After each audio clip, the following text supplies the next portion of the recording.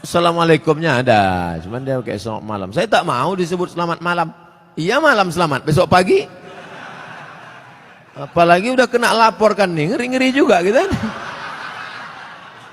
Iya, janganlah kalian mancing-mancing.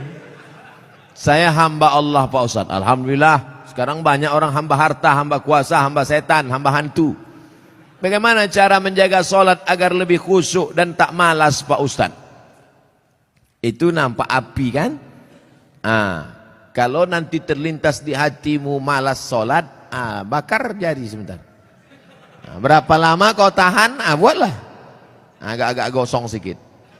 Hai tangan, tahan kau masuk neraka nanti tangan. Nama kau nanti nama nerakanya neraka sakor. Masalakakum fi sakar. Kenapa kau masuk dalam neraka sakar? Lam naku minal musallin, karena tak sholat. Makanya Muhammad Ali kemana-mana bawa mancis. Muhammad Ali petinju, kemana-mana bawa mancis. Padahal dia tak merokok. Ditanya orang, kenapa kau bawa mancis? Asal terlintas di otakku mau buat dosa, aku bakar tangan. Kalau mancis tak mempan, obor bawa. Bagaimana sholat ini khusyuk Pak Ustadz? 5. Yang pertama, ketika berwudu khusyuk. Waktu menyuci tangan, bersih dosa dari tangan. Waktu memasukkan air ke mulut ke hidung, bersihkan dosa-dosa mulut, dosa-dosa lidah, dosa hidung. Waktu air dibasuh ke muka, keluar dosa-dosa biji mata, banyak silap salah. Waktu air menyiram tangan, keluar dosa-dosa dari ujung jari jemari. Khusyuk. Waktu air mengusap kepala, keluar dosa isi kepala yang kotor sampai ke lubang telinga. Waktu air menyiram kaki, keluar dosa-dosa kaki yang dilangkahkan ke tempat maksiat dan dosa. Makanya ketika berwuduk itu jangan bercakap. Ini banyak orang sambil wuduk bercakap. Itu udah aku bilang sama kau kemarin, panjat pinang itu jangan besar-besar kali pinangnya. Modal kita pun tak ada, tapi kau itulah. Pak RT kan udah ngasih, Pak RW kenapa enggak juga? Entahlah, kentutlah sama dia gitu. Itulah maka tak khusyuk. Karena ketika wudhu masih bicara dunia. Lalu dari tempat wudhu ke tempat sholat tak boleh tasbih. Tasbih menggerak-gerakkan. Tak boleh. Tasbih tak boleh. Yang boleh tasbih. Subhanallah. Makanya kalau ada ngajak-ngajak ngobrol tak usah. Gimana kabar Anda? Subhanallah. Subhanallah. 3. Ada terdengar azan, jawab hayya 'alas shalah. La haula wala quwata. Jangan bicara waktu azan. Siapa yang bicara ketika azan dikumandangkan, matinya mati su'ul khatimah. Begitu kata Syekh Imam Nawawi, Syekh Jalaluddin Abdurrahman As-Suyuti. Hati-hati. Lalu kemudian yang keempat, membaca bukan mutalaah. Mutalaah mulut tak bergerak. Waktu sholat itu membaca Allahu Akbar kabira walhamdulillahi katsira wa subhanallah wajhatu wajhi. Ini banyak orang sholat mulutnya diam ya.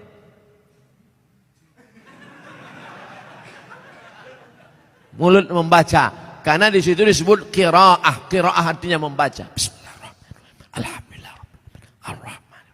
Yang kelima, mengerti apa yang dibaca. Itulah mengapa tadi saya pilih ayatnya, ayat-ayat pendek, supaya besok kalau sholat zuhur mengerti apa yang dibaca.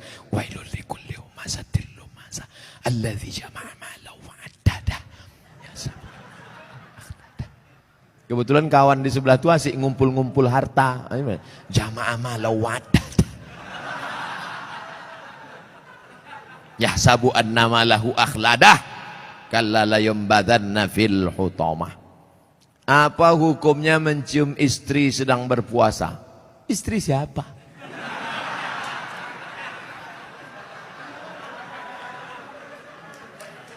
Kalau istri engkau yang kau cium maka tak batal. Dalilnya Nabi mencium Aisyah. Tapi kalau dia ihtiyat, hati-hati, takut dia tak bisa mengendalikan hawa nafsunya seperti Nabi Muhammad SAW, maka dia ihtiyat, dijaganya.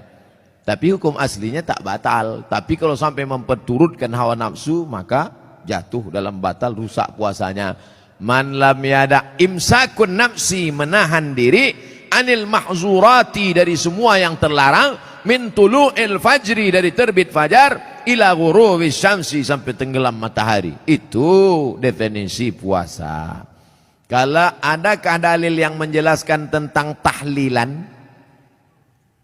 La ilaha illallah, la ilaha illallah, la ilaha illallah. Itu artinya tahlil. Tasbih, subhanallah. Tahmid, alhamdulillah. Takbir, Allahu akbar. Tahlil, la ilaha illallah. Man halala, siapa yang mengucapkan tahlil, summa ahda thawabahu ilal mayyit, kemudian tahlil itu dihadiahkannya kepada si mayit, orang mati, yantafi'u bihi, pahalanya sampai dan orang mati itu dapat manfaat. Begitu kata Imam Ibnu Taimiyah dalam kitab Majmu' Fatwa Ibnu Taimiyah. Kenapa Ustaz pilih pendapat Ibnu Taimiyah? Karena yang banyak melarang-melarang nih sekarang anak-anak buahnya Ibnu Taimiyah. Paham? Padahal Imam Ibnu Taimiyah dalam Majmu' Fatawa mengatakan siapa yang mengucapkan tahlil dihadiahkannya pahalanya pada yang meninggal sampai. Kalau dimasakkannya bubur kacang hijau, kenapa Ustaz tiba-tiba ingat bubur kacang hijau? Oke, bubur jagung kalau gitu. Lalu kemudian dihadiahkannya pahalanya untuk almarhum. Sampai apa tak sampai? Sampai. Mana dalilnya? Mana? Kata Sa'ad, ummi matat, makku mati. Afa atasaddaqu anha, kalau aku bersedekah, pahalanya sampai tak untuk emakku? Kata Nabi, tasaddaq, sampai. Bersedekah engkau, sedekah.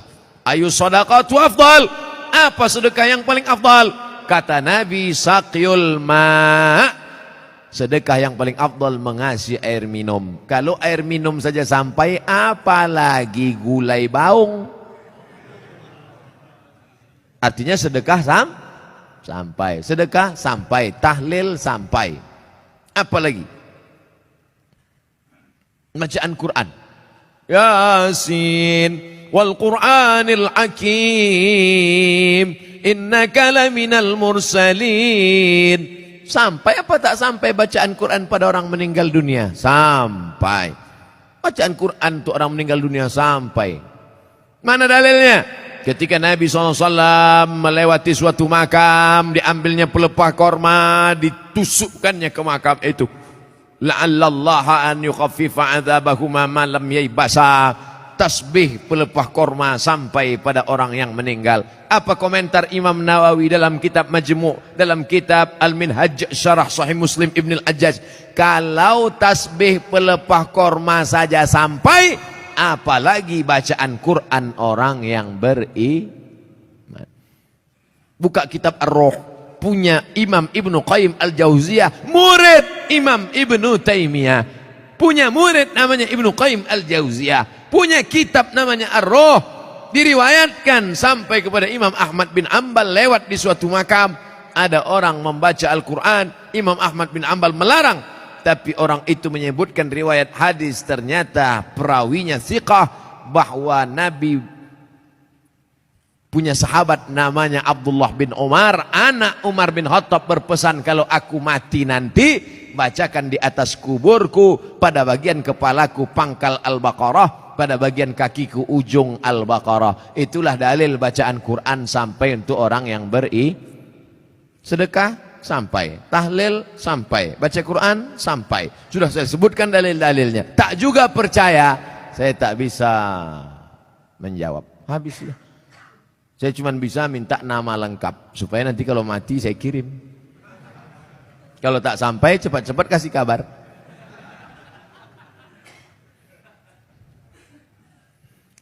Mengazankan anak baru lahir itu apa dalilnya Pak Ustadz? Nabi mengazankan ke telinga Sayyidina Al-Hasan, anak Fatimah radhiyallahu anha, adzanas shalah, bunyinya seperti azan waktu azan salat.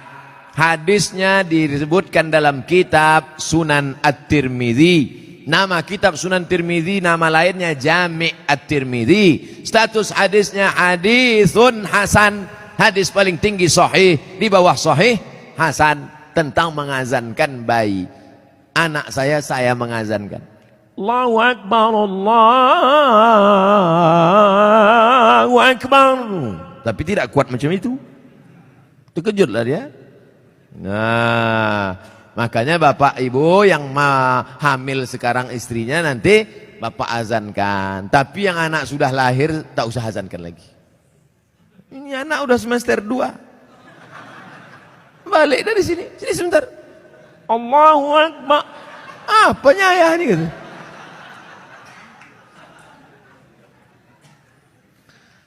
Saya mau tanya mengenai pernikahan uang hantaran. Bagaimana menurut pandangan Ustadz kalau si ibu wanita itu meminta uang hantaran mahar yang cukup tinggi? Ada tiga kemungkinan ini. Pertama memang mau bertanya masalah hukum.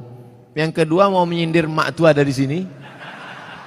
Yang ketiga mau menawar.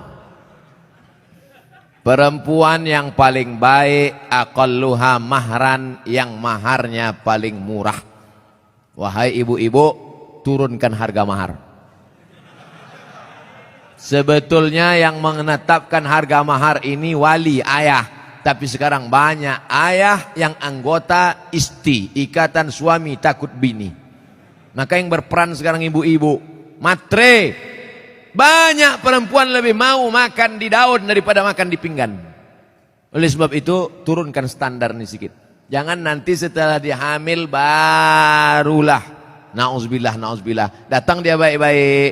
Idza ja'akum man tardawna dinahu, kalau datang kepadamu orang yang baik akhlaknya, wa khuluquhu, baik agamanya, fazawijuhu, nikahkan dia. Illa taf'alu, kalau tak kau lakukan, takun fitnatun fil ardi wa fasadun arid, maka terjadi kerusakan yang amat sangat berat.